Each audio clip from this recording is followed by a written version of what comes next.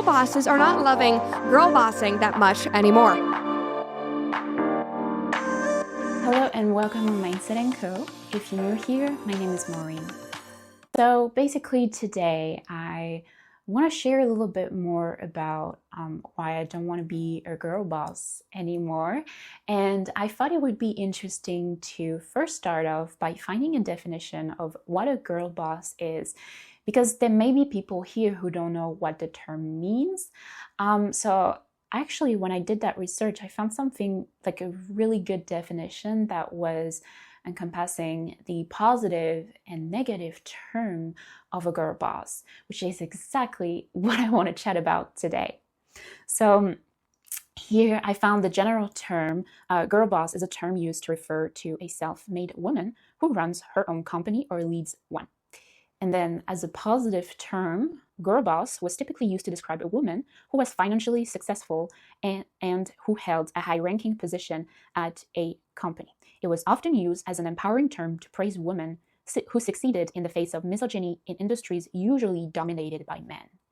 Okay, and then we have the negative term. So girl boss is typically used to describe a woman who views herself as a heroic figure while engaging in the same ruthless and abusive tactics used by powerful businessmen.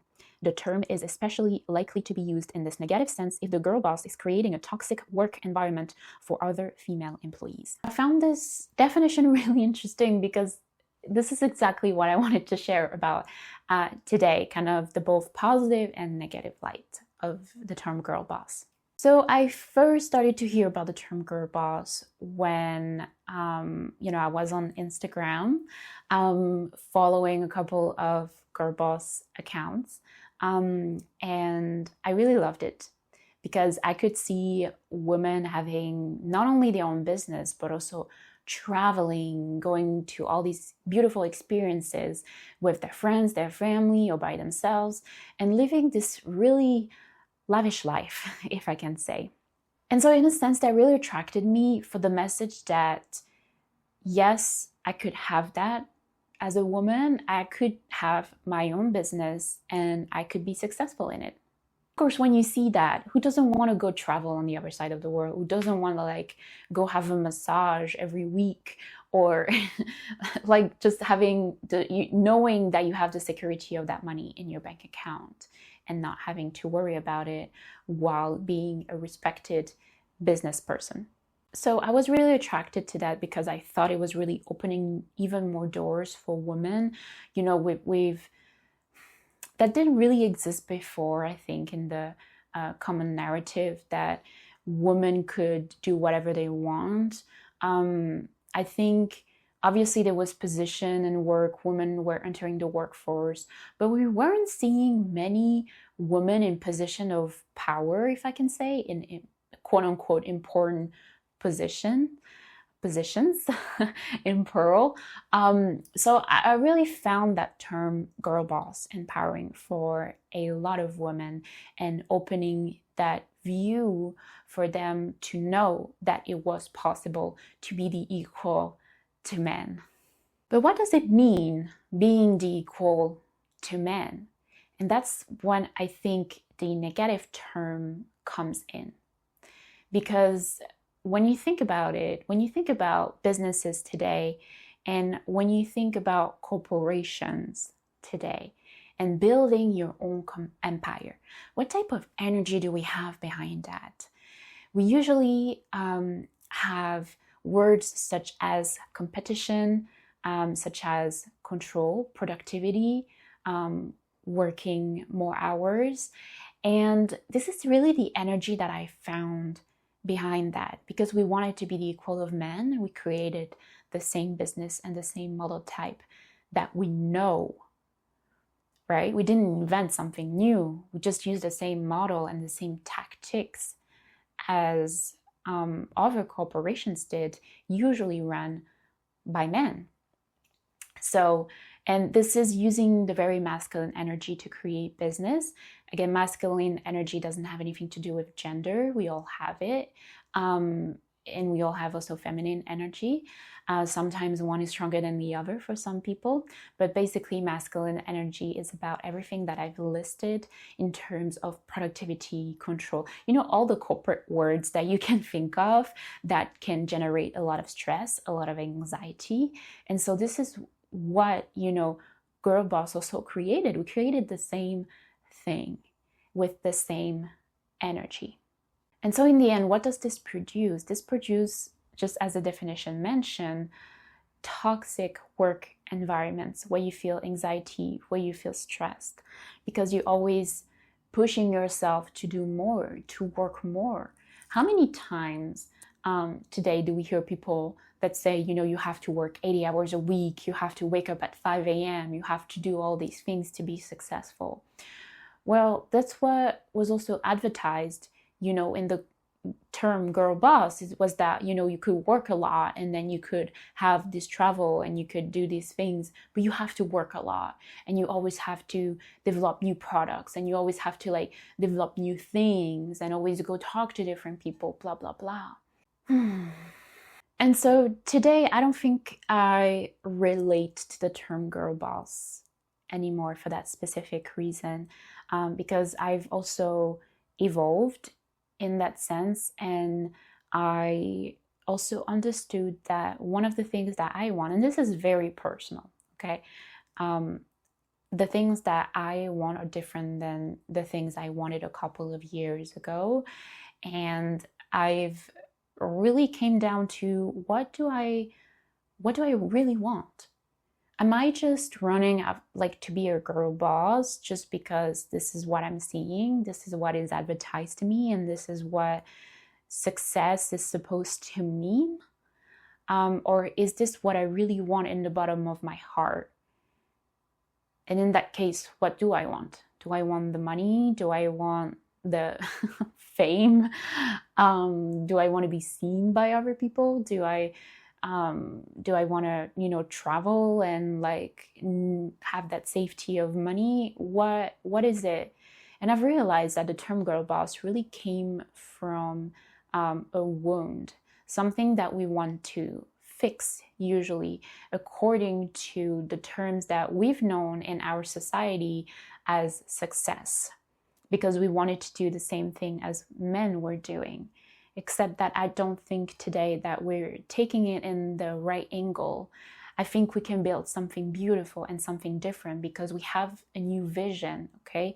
Usually companies who are run by men, they've been doing that for many decades. But us as women who are, coming right into it, we have a certain power of opening new ways of doing things and doing things differently. And hopefully with a more feminine energy, of letting go, letting things flow a little bit. And I think it should be a balance, right? Of both of those things, of course. But what I really found is that deep down in my heart, I didn't need $1 million per month or per year or whatever. I didn't always need to run after money. What I really wanted in my business was to actually slow down, allowing me to live a life that is slow, having my own garden, growing my own vegetables, going to paddle, just a life that would allow me to do different activities of enjoying and slowing down. I don't really have big ambitions today. I have intentions, I have goals, of course, for my business, of course, because I know that, when I develop it, I know that it allows me to have this lifestyle that I want to slow down. And, but really it's not about, the more money that you can get. For me, it's really about slowing down and focusing on what makes me happy. And what makes me happy is doing different activities. And I love my business. But in the end of the day, it's still a business. Okay, it's still work. And there are things I don't like to do in the business. And I don't want to work 80 hours a week to make it successful.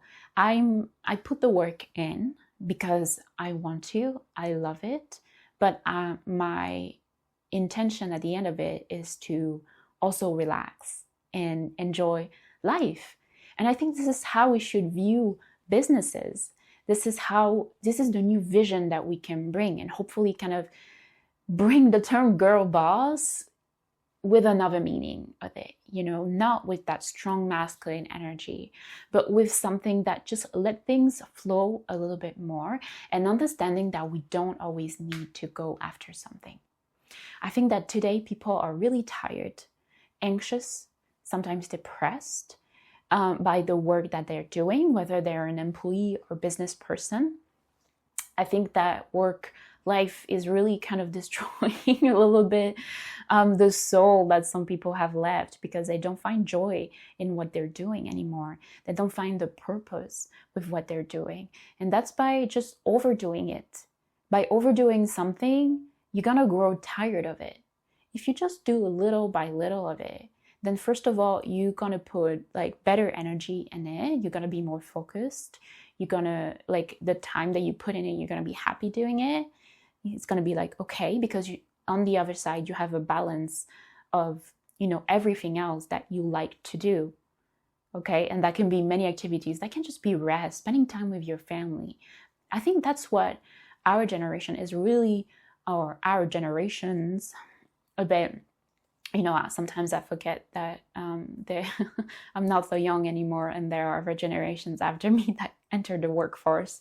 But I think this is what we're really looking for right now, is more like time to have our own life and slow down. And I think that's a beautiful movement that is setting up, where we realize that work is not everything that we want to do, and that we feel sometimes trapped by it. And we really want to slow down, connect more to the things that we enjoy doing, spending time with people, or that can be in nature on your own, that can be traveling to different places. And I'm really looking forward to see where these movements leads us, because I think we're really changing our mindsets. And when we change collectively our mindset, we'll be able to change the way that our life works. And because companies will also have to adapt to that, to have people who work for them. And hopefully the girl boss, the man boss, will be able to realize that and really change the way that they're doing business and the energy that they're also sending. Because this is also, the things we see on Instagram may not be reality. And it's also sharing to so many different people. It's affecting many different peoples in many different way of life. Because when you see a girl boss on Instagram, always working, always going at it, then you start comparing yourself to them and thinking that you're not doing enough. Even if you're already working 50 hours a week, giving your best, you're never going to think that you're enough. And that's also the mentality that I think we have to change, is thinking that, we're never enough, or we're not doing enough. And it's very detrimental to our mental health and physical health as well. And this is why you have burnt out. Is this the energy that we want to bring? I hope not. I hope your answer is not to that. And if that's you, then that's okay. You have the right to want to go after those things, and you have the right to work as many hours as you want. You have the right to want to be a girl boss. But I'm just sharing my opinion here, and what I've also seen recently around me and on social media and everywhere is kind of that mindset switching for many, many people, understanding that work is not everything, and that we have the right to slow down. And I like to believe that I can also have a successful business and live off from it, that having a life that would allow me to live that slow life that I desperately want. And I like to think that I'm getting there, little by little. It's just like little steps, because things are so moving really slowly, I guess, when you want to do things like that, which is perfectly okay with me. And we need to accept that as well, that things are going to be different, and results that you want are not going to happen overnight. But I think when you leave yourself that space to think and to let things happen, this is also when things actually happen. When you look at the law of attraction, you do all these steps, you put the action in, and then you have to let go. Let it go, meaning like stepping back and not being attached to it. So I think that's also what the slow life is showing off. Like we can work, we putting the actions, but then eventually we need to slow down on things and cutting back, doing something else. And this is when things are starting to happen. I think when you keep forcing it, you may be forcing things that are not supposed to happen, and you're not respecting the energy of your body and the energy of your mind and what you can produce, because this is not sustainable on the long term. And so if you're watching this and you're someone who is girl boss, a male boss, who's someone who has anxiety and stress, I want you to know that there's a different way of doing things. And I hope that this episode really kind of maybe open a door for you somehow, and that it can help you in any shape or form. I didn't want to make this too long, because I think you get the concept now and the thoughts that I had to share. I just wanted to keep it short and concise. But if you have any opinions, if your opinion is different than mine, or if it's the same, don't hesitate to comment. I would love to know your thoughts on this. And I guess I will see you in another episode. Bye.